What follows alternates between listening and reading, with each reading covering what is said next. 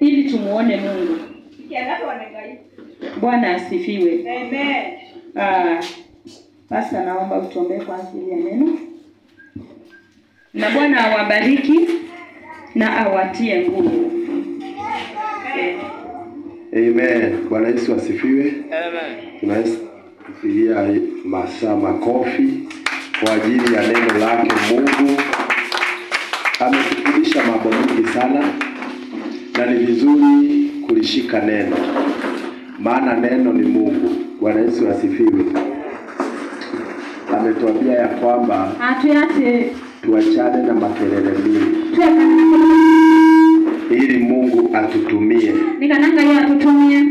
Ninakumbuka wakati Yesu alikuwa na mitume katika mlima wa Mitamayo. Yesu anatumwa kimani cha Mitamayo. Alikuwa na mateso mengi sana. Aina madhina mengi mno. Akateseka. Adena. Lakini mitume atumwa hawakuwa